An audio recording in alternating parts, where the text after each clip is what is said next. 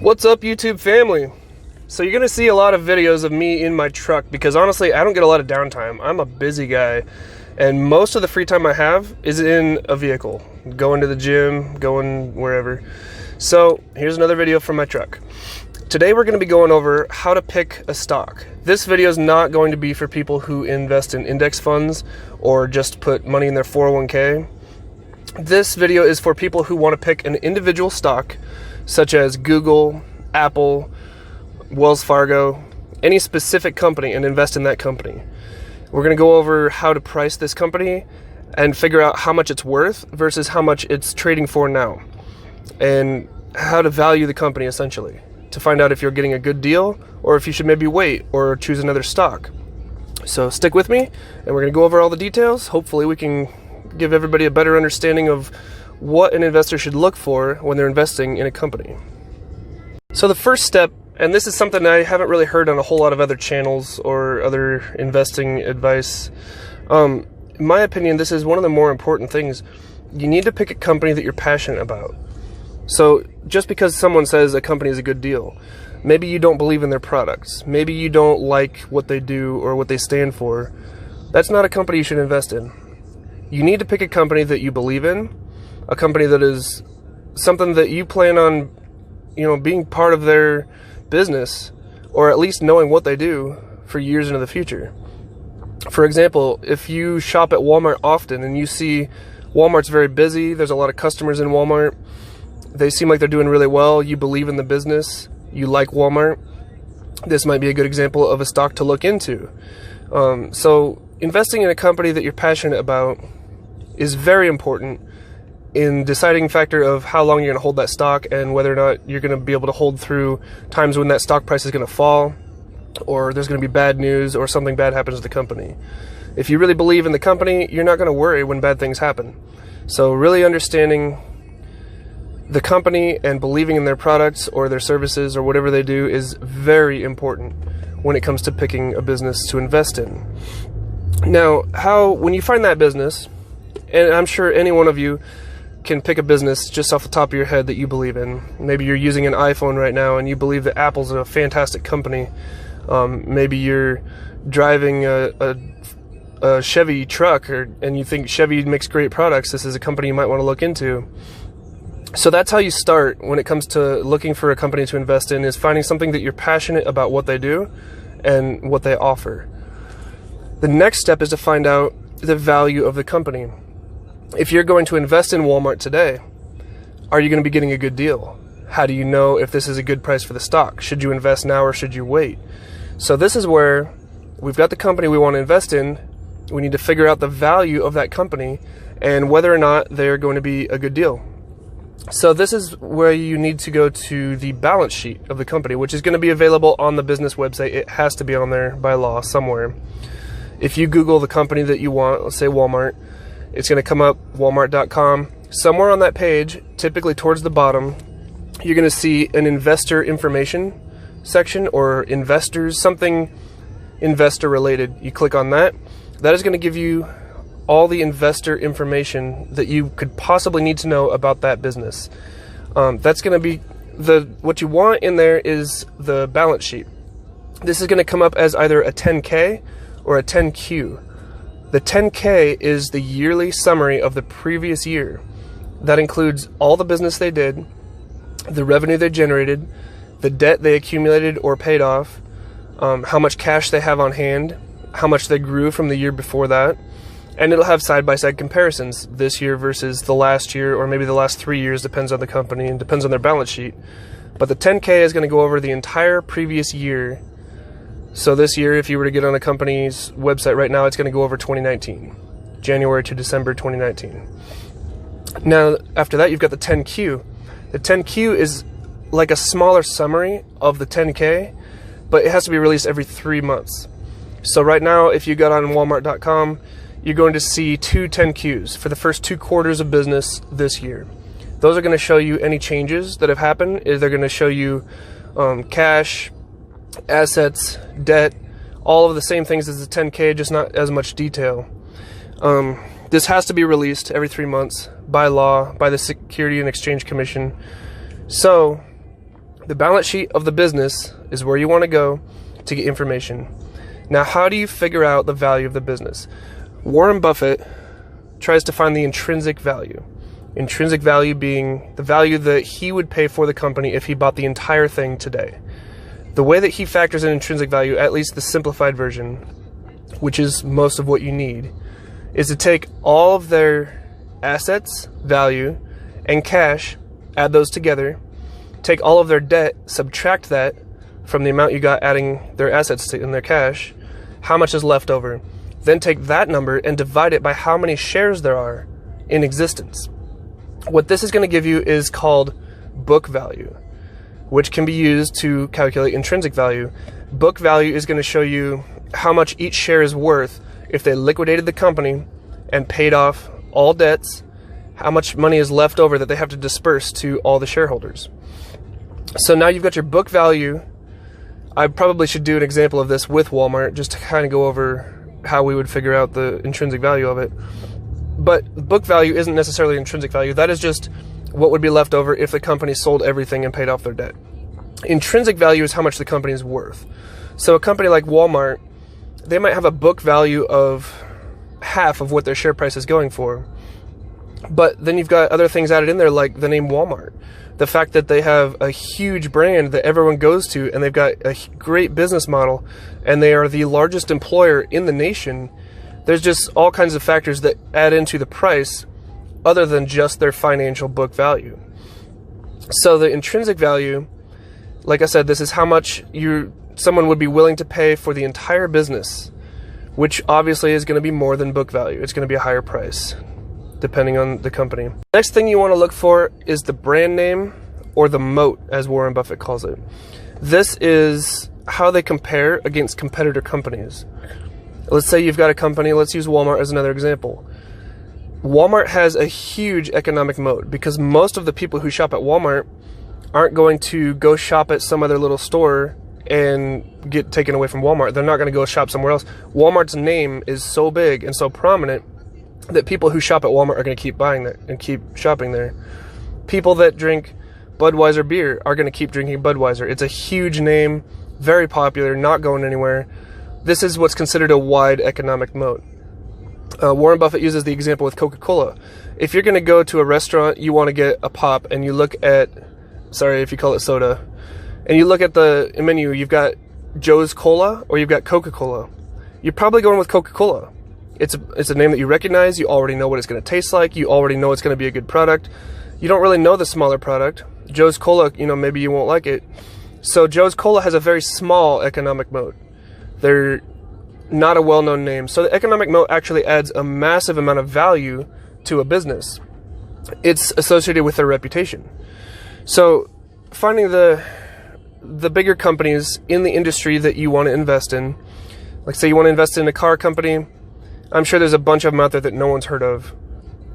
Might not be a good idea to invest in a company that no one's heard of because they don't have that economic moat. They don't have that safety factor. If you invest in Ford or GM or Tesla now, they're a growing name, you're looking at a wide economic moat, a company that's well known. They're going to keep having the same customers, loyal customers coming back. So then the next thing after economic moat that you want to look at is where the company is going to be in 3, 5, 10-year horizon. As an investor, if you buy a company, you're not planning on selling it next month.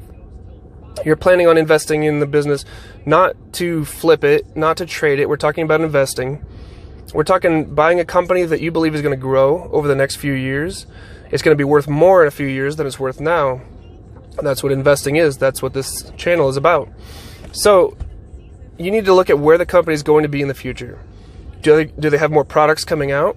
Are they growing, building more stores? Are they adding more services or more options to what they do? These are important things. You're buying a company, right? You're not buying, if you're gambling, you're buying it because you think the price will be higher next month and you're going to sell it. That's not investing. If you're investing, look at it like you're buying the business. So you're buying, say, 10 shares of Walmart today. Think of it like you're buying Walmart. You own Walmart. Walmart is your business. Sure, you only own a percentage, but so does everyone. No one owns all of Walmart, right? So you really have to think about it like you're becoming a business owner, and you're not looking at short term, what is this business going to do? You're looking at long term, is this business going to grow? Are they going to be bigger than they were this year, in 2 years? How much are they going to grow? And you should always have a goal for how long you're going to hold a business. Warren Buffett says his favorite length of time to own a business is forever. Buy a company that is never going to go bankrupt, always going to grow, and always going to be competitive, like he did with Coca-Cola. He's still holding every single share today. So that's the basics of how to value a business. This is how I do it. This is called value investing. And it's really important when you go to buy a business that you understand how much debt they have and what their debt load is on their revenue.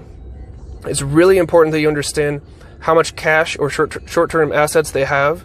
If there was an emergency and they had to cover 3 months of debt payments without making any money with the business, could they do it? It's really important to understand the balance sheet to really figure out the value of the company.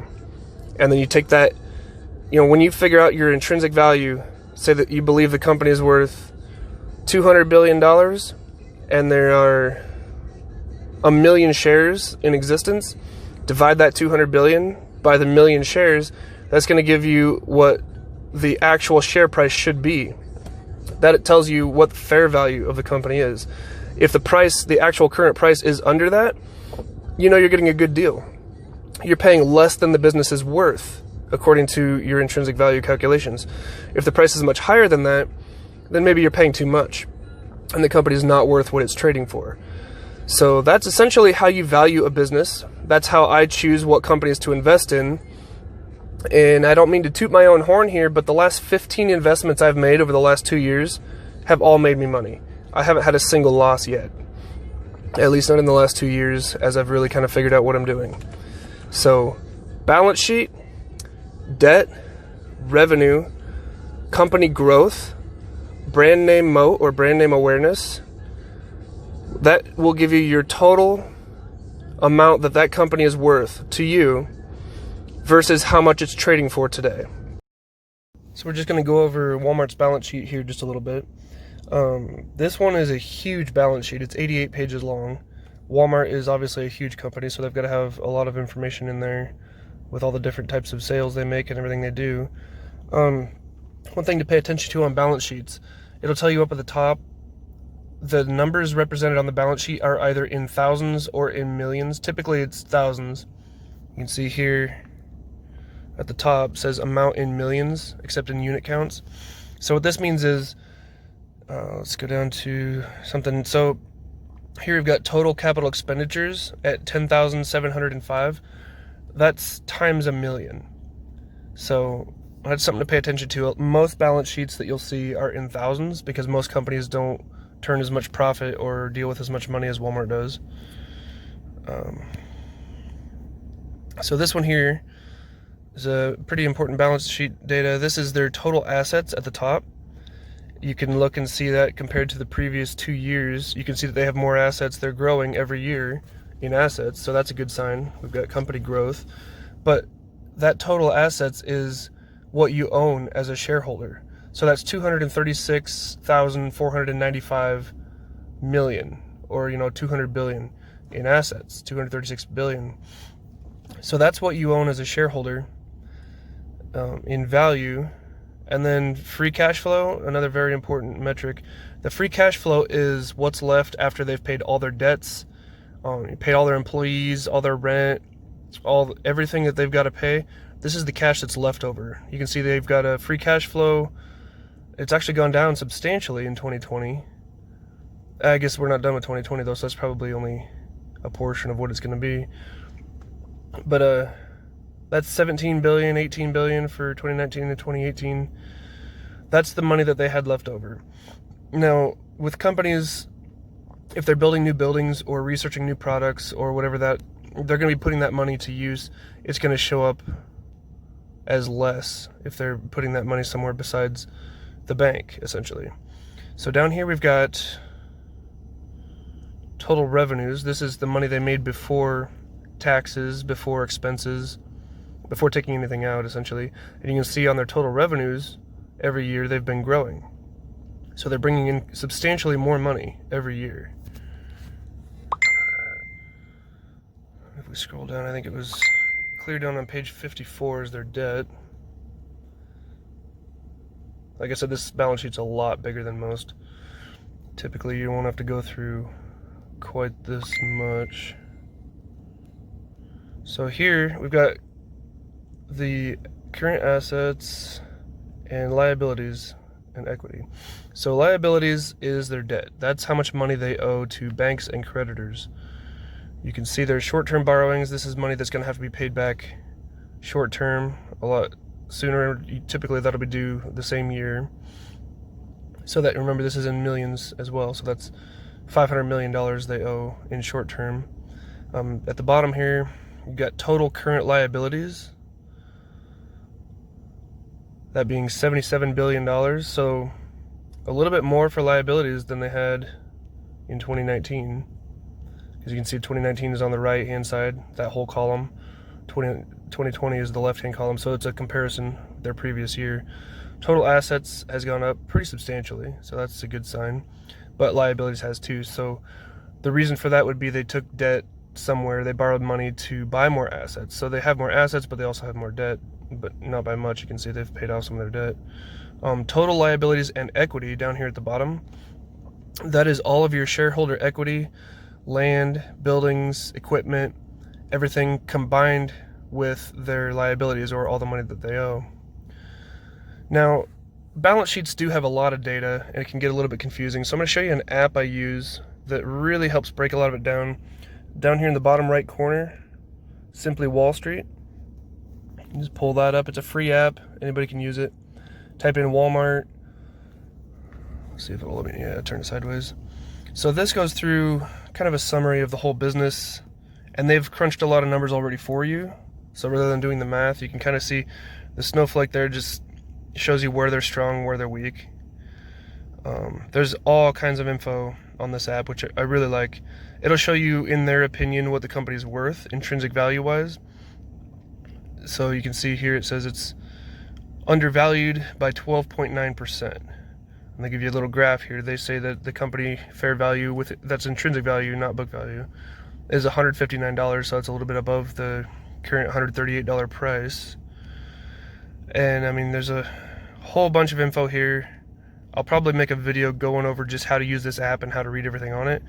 But the reason we came here is to go down here to the financial position analysis.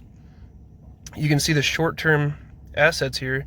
That is cash, bonds, money that's owed to them. This is money that they've got on hand ready to spend. They've got $65 billion that very short-term can be converted into cash and used to pay off debts or whatever else they need cash for. Long-term, and one thing to look at too, their short-term assets here are lower than their short-term liabilities. So they owe $81 billion fairly soon, and they only have $65 billion ready to go. So they're betting on their income to make up the rest of that before they have to pay off that debt. So that's not typically a real healthy situation, but it's Walmart. I'm sure they know, they're not going to be taking any big hits here. Their long-term assets, this is going to be long-standing loans that they've... most companies are going to have a lot of long-term liabilities. This is money that they took out to build the business, buy buildings, land, all the expenses that it takes to grow the business and really build it into an empire. And long-term assets is all the stuff that they own now. So you're going to see they've paid off a substantial amount of liabilities just because they own a lot more assets than they do liabilities. You can tell they've been paying off their debts for a lot of years. So now the assets they have far outweigh their liabilities in the long term. And on a strong balance sheet, you really want to see that during the short term too, even more so than the long term. You want to see that they have enough cash to cover their immediate debts. If anything happens, when the business quits making money, you want to see that they can cover that just very easily. But this will show you everything from dividends, everything about the company. And I have noticed they don't update the app really quick when new information comes out. Sometimes you have to wait a little while. But this app is called Simply Wall Street, and it has helped me quite a bit with just saving time on going through the balance sheet and crunching numbers. Just to scroll through this, it'll show you. So this is one thing I really like to look at, is the payout ratio of a dividend. Walmart pays a dividend, the payout ratio is 34%. That means 34% of that total cash, the total cash flow that they have, that all the money that's left over after all their debts and everything are paid, 34% of that goes to shareholders. So for every share that you own, I think they give you like a 2% of that share per year to own it. So they essentially just pay you to own the stock. So that's kind of all there is to this app. It's got a lot of good information on here, but everything that's on this app is going to be in the balance sheet as well. And if you learn to read the balance sheet and really understand the numbers on it, there's nothing on there that you can't get. You're going to be able to get all the information on growth, debt, how much they owe, where the company's going.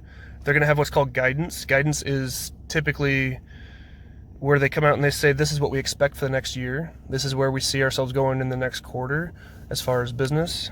So the balance sheet really has everything you need, but there's a lot of useful apps like this. Simply Wall Street, another one I use is Macro Access. There's quite a bit of good information on there. You just really got to pay attention to when they update it and make sure all their details are right. On the balance sheet, you don't have to worry about that. The balance sheet, if it's updated, everything's going to be what it needs to be. So that about does it for this video. Hopefully I can give some more people some kind of insight on how to pick a business to invest in. And I know Walmart's probably not the best example to use just because they're such a big business. It's a little bit more complex.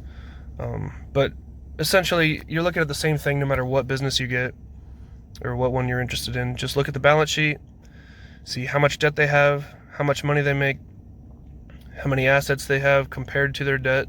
Obviously, you want to see that they own more value than what they owe to the bank. And that about does it. So that tells you whether or not you're getting a good deal on your company. In the comment section, go ahead and ask me if you have any questions. I would be very happy to share any information that I've learned. Or you can direct message me too. So stay tuned for the next video. I'll have another one coming up here sometime this week. Bye.